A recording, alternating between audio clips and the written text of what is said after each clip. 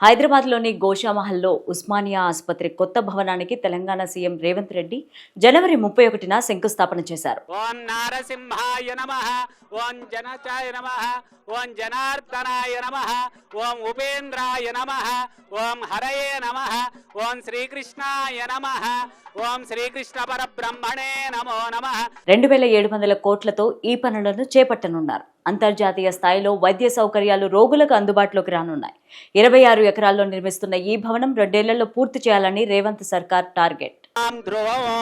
ధ్రువం ధ్రువేణ అభిషా తస్మై దేవ అధిబ్రువన్ అయం చ బ్రహ్మణస్పతిః.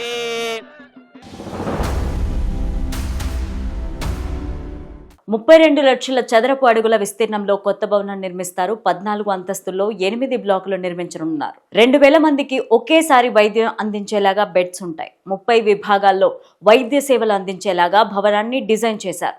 ప్రతి డిపార్ట్మెంట్ కు ఒక ఆపరేషన్ థియేటర్ అందుబాటులో ఉంటుంది. అంటే ఈ బిల్డింగ్ లో 29 మేజర్, 12 మైనర్ ఆపరేషన్ థియేటర్లు ఏర్పాటు చేయాలనేది ప్లాన్. రోబోటిక్ సర్జరీలు, ట్రాన్స్ప్లాంటేషన్ థియేటర్లు కూడా ఈ ఆసుపత్రిలో అందుబాటులోకి రానున్నాయి. ప్రతిరోజు 5000 మంది ఓపీ రోగులకు చికిత్స అందిస్తారు.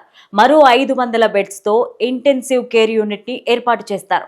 ఇక్కడ పనిచేసే డాక్టర్లు, స్టాఫ్ కోసం ప్రత్యేకంగా భవనాలు నిర్మిస్తారు. మెడికల్ స్టూడెంట్స్ కోసం వేరువేరుగా భవనాలు కూడా నిర్మించాలని ప్లాన్ చేశారు. కేసీఆర్ ముఖ్యమంత్రిగా ఉన్న సమయంలో ఉస్మానియా ఆసుపత్రి కొత్త భవనం నిర్మించాలని ప్లాన్ చేశారు.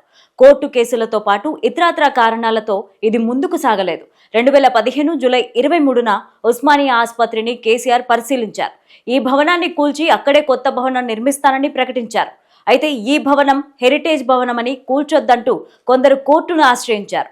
ఈ భవనం శిథిలమైనందున కూల్చాలని మరికొందరు కోర్టులో పిటిషన్ వేశారు. ఈ భవనానికి రిపేర్లు చేస్తే కొంతకాలం ఉపయోగించుకోవచ్చని అప్పట్లో కమిటీ నివేదిక అందించింది.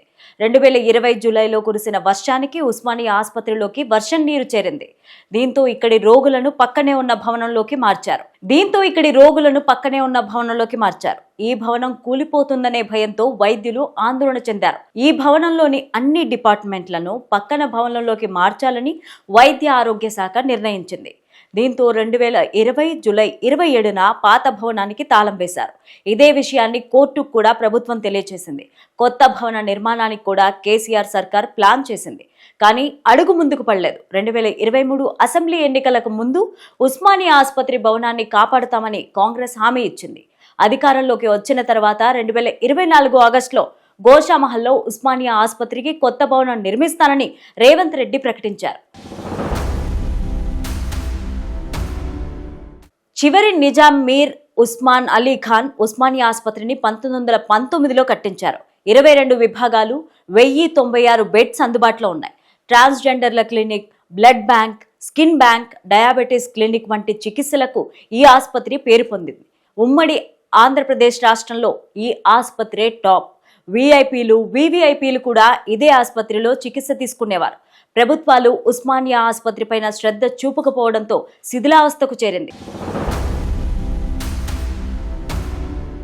గోషామహల్లో ఉస్మానియా ఆసుపత్రి నిర్మాణాన్ని స్థానికులు వ్యతిరేకిస్తున్నారు.